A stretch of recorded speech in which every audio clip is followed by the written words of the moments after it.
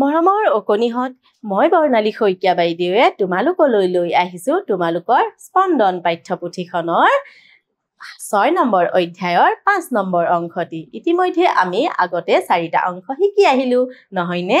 আহাচোন এতিয়া এই 5 নম্বৰ অংশটোত কিনো আছে চাওঁ। প্ৰথমতে আমাক পঢ়িব দিছে। আহাচোন পঢ়ি চাওঁ কিনো দিছে আমাক। গছ গছনি ধ্বংস কৰি মানুহে নিজে নিজৰ ক্ষতি কৰি আছে। এই ভয়ানক ক্ষতি ৰোধ কৰিবলৈ আমি কি কৰা উচিত? গছ গছনি ধ্বংস কৰা মানুহৰ অভাৱ নাই, কিন্তু তোমালোকে কেতিয়াবা গছপুলি ৰোপণ কৰি অৰণ্য গঢ়ি তোলা মানুহৰ নাম শুনিছানে? কি কৈছে ইয়াত? গছ গছনি কাটি ধ্বংস কৰি মানুহে নিজৰে ক্ষতি কৰি আছে আৰু এনে ভয়ানক ক্ষতি ৰোধ কৰিব লাগেনে আমি? নিশ্চয় লাগে নহয়নে? এই গছ গছনি যে কাটিলে ধ্বংস কৰি গ'লে এটা সময়ত আমাৰে বিপদ হ'বগে। গতিকে এইসমূহ আমি ৰোধ কৰা উচিত নহয় জানো? আৰু গছ গছনি ধ্বংস কৰা মানুহৰ কিন্তু বৰ্তমান যুগত অভাৱ নাই। কিন্তু তোমালোকে জানানে কেতিয়াবা গছ পুলি ৰোপণ কৰি অৰণ্য এখন গঢ়ি দিয়া এজন মানুহো আছে। তোমালোকে তেখেতৰ নামটো জানানে? এতিয়া আমি তেখেতৰ নামটোনো কি, তেখেতনো কোন, এই বিষয়ে জানো আহা। তেনে এগৰাকী মহান ব্যক্তিৰ নাম হৈছে যাদৱ পায়েং। তেখেতৰ জন্ম হৈছিল যোৰহাট জিলাত। পায়েঙে ব্ৰহ্মপুত্ৰৰ চাপৰিত গছপুলি ৰোপণ কৰি এখন ডাঙৰ অৰণ্য গঢ়ি তুলিছে। তেখেতে গঢ়া অৰণ্যখনৰ নাম হৈছে মোলাই কাথনি। এতিয়া তোমালোকে গম পালানে গছ পুলি ৰোপণ কৰি এখন অৰণ্য গঢ়ি দিয়া মানুহজনৰ নাম কি? যাদৱ পায়েং। সেই যাদৱ পায়েঙেই তেনে এজন মহান ব্যক্তি যি গছ পুলি ৰুই এখন অৰণ্য গঢ়ি তুলিলে। তেখেতে ব্ৰহ্মপুত্ৰৰ চাপৰিত গছ পুলি ৰোপণ কৰিছিল আৰু তেখেতৰ জন্ম ক'ত হৈছিলে? যোৰহাট জিলাত। আৰু তেখেতে গঢ়া সেই অৰণ্যখনৰ নাম হ'ল মোলাই কাথনি। এইয়াত চোৱাচোন তলত তেখেতৰ ছবি দি দিছে আৰু এইফালে এইয়া তেখেতৰ ডাঙৰকৈ তোমালোকে ছবিখন দেখা পাইছেনে? এখেতেই হ'ল অৰণ্য মানৱ যাদৱ পায়েং। তাৰ পাছত চাওঁ আহাচোন কিনো আছে। তেখেতক দিল্লীৰ জৱাহৰলাল নেহেৰু বিশ্ববিদ্যালয়ে অৰণ্য মানৱ উপাধি প্ৰদান কৰিছে। 2015 খ্ৰীষ্টাব্দত ভাৰত চৰকাৰে তেখেতক পদ্মশ্ৰী সন্মানেৰে সন্মানিত কৰিছে। যাদৱ পায়েং এগৰাকী বিশ্ববিখ্যাত পৰিৱেশ কৰ্মী আৰু তেখেতে ইমান এটা মহান কাম কৰাৰ বাবে তেখেতক দিল্লীৰ জৱাহৰলাল নেহেৰু বিশ্ববিদ্যালয়ে অৰণ্য মানৱ উপাধি দিছে। এতিয়া যদি আমি কওঁ অৰণ্য মানৱ কোন, তেতিয়া আমি কাৰ কথা ক'ম? যাদৱ পায়েঙৰ কথা ক'ম। আৰু তেখেতক ভাৰত চৰকাৰে পদ্মশ্ৰী সন্মানেৰে সন্মানিত কৰিছে। আৰু যাদৱ পায়েঙে হ'ল এনে এগৰাকী ব্যক্তি যি পৰিৱেশ সুৰক্ষাৰ বাবে কাম কৰি আছে। তাৰ পাছত চাওঁ আহাচোন।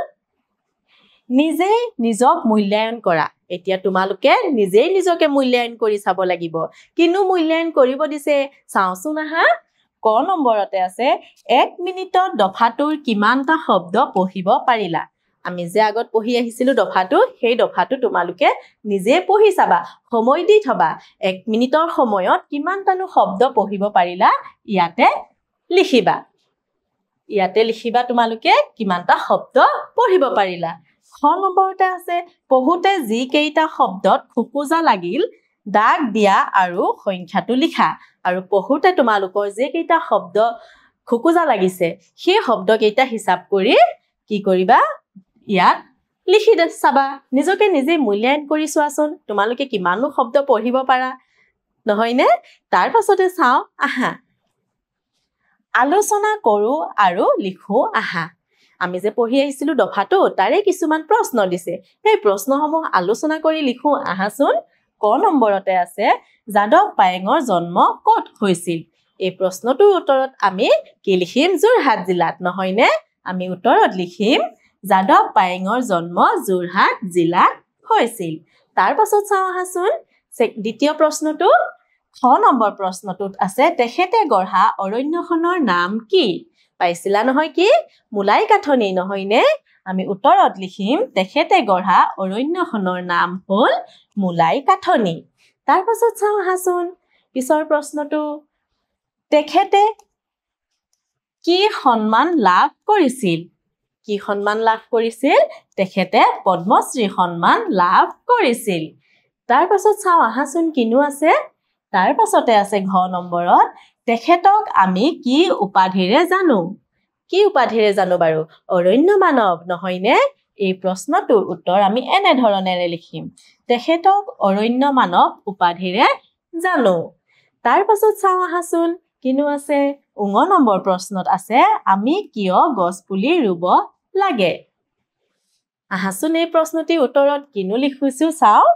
আমি পৰিৱেশ ৰক্ষাৰ উদ্দেশ্যে গছপুলি ৰুব লাগে নহয়নে তাৰ পাছত চাওঁ আহাচোন কিনো আছে প্ৰথম প্ৰশ্নটোত হ'ল তোমাৰ জন্মদিনত কেইজোপা গছপুলি ৰুলা এতিয়া তোমালোকে নিজকে নিজে প্ৰশ্ন কৰা নিজকে নিজে সোধা যে তুমিনো এইবাৰ জন্মদিনত কিমান জোপা গছপুলি ৰুলা বা আগন্তুক দিনত তোমালোকে গছপুলি ৰুবা নে নৰুৱা তাৰে ভাবি চোৱা আৰু তোমালোকে নিজৰ লক্ষ্য স্থিৰ কৰা যে মই প্ৰত্যেকবাৰে মোৰ জন্মদিনত ইমান কেইটা গছপুলি ৰোপণ কৰিম নহয়নে তাৰ পিছত চাওঁ আহা ইয়াতে কি কৈছে প্ৰকল্প জ্যোতিপ্ৰসাদ আগৰৱালাক কোঁৱৰ নামেৰে জনা যায় এনেদৰে আৰু কোন ব্যক্তিক কি নামেৰে জনা যায় ডাঙৰৰ সহায়ত এখন তালিকা প্ৰস্তুত কৰো আহা ইতিমধ্যে তোমালোকৰ পাঠ্যপুথিত এখন তালিকা দিয়াই আছে নহয়নে তাতে কিছুমান ব্যক্তিৰ নাম দি থোৱা আছে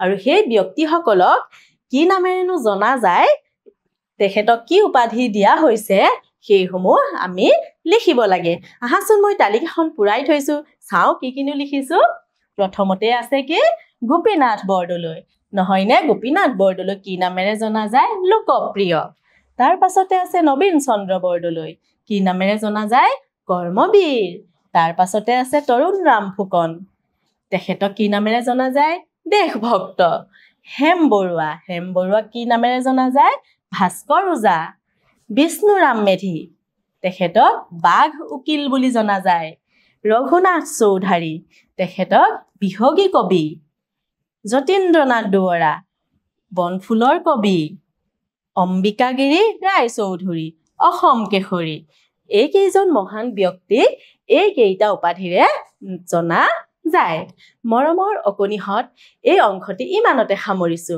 আগন্তুক দিনত এটি নতুন অংশ লৈ পুনৰ আহিম ধন্যবাদ